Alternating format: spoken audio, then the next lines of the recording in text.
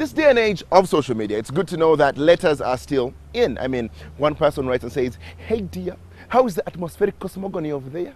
And someone responds and says, "No, I'm just a bit discombobulated by the things going on in our country." And they go back and forth and back and forth. And it's nice to see that art still alive, especially in our politics. I'm sending you a love letter, and I hope you get this love letter. Maybe when you get this love letter, then you know that I'm in danger. I'm in danger. Bobi Wine wrote to Jaja, Jaja wrote back to Bobi Wine. And I bring you all the details of that. Is it a triangle? Because now there are many people involved. Is it a square? Everything here on the timeline. I'm Guti Daudi, and welcome to the show.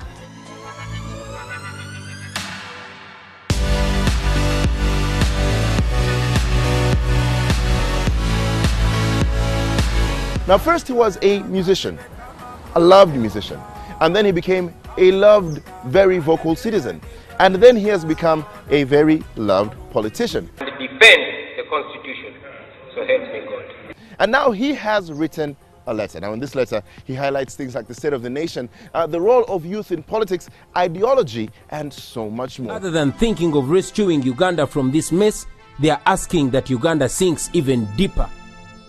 Well, my message to them is this: you are traitors. You have betrayed your country. You have sold your conscience for cheap. History will judge you very harshly.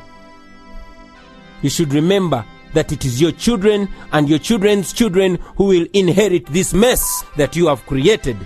You should individually reflect on what you have just done. Now, a couple of days later, the president of Uganda, His Excellency Yoweri Kaguta Museveni, responded. Now, you know, there were a few errors here and there, but let's not dwell on that. The letter was in defense and was perfectly signed off, and you'll give me a moment because I have to read this lengthy list of titles. President of the Republic of Uganda, Omugurusi Jaja Kwaro Abi Papakus.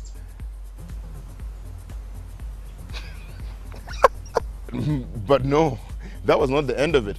Bobi Wine responded, saying he would respond later. We're just here wondering if that was not in itself a response. But again, we don't understand the complexities of these people's pen-pal relationship.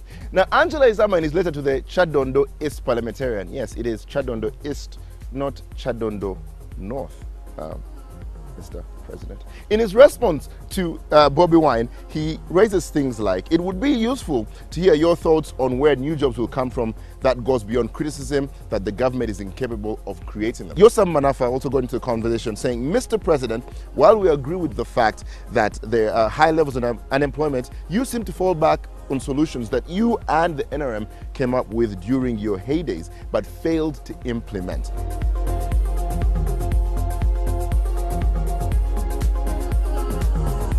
Shots here and there, but we'd really like to know what you think. So get into our Facebook, on our Twitter, that's at the timeline 256. Let us know what your contributions to these letters are. Let us increase this pen politics and know what everyone is thinking. Of course, the social media handles at the timeline 256 on Twitter and on Facebook. And feel free to follow us on our YouTube channel, that's at the timeline 256, so these episodes can come straight to your inbox. Now, of course, as you share your thoughts on this pen politics, don't forget you can start a new life. Get yourself 100 MBs, 100 SMSs, 30 minutes of talk time, and 1,000 shillings of mobile money when you buy yourself a brand new MTN SIM card. From me here, David, goodbye, God bless you, have a fabulous time, and catch you on the World Wide Web.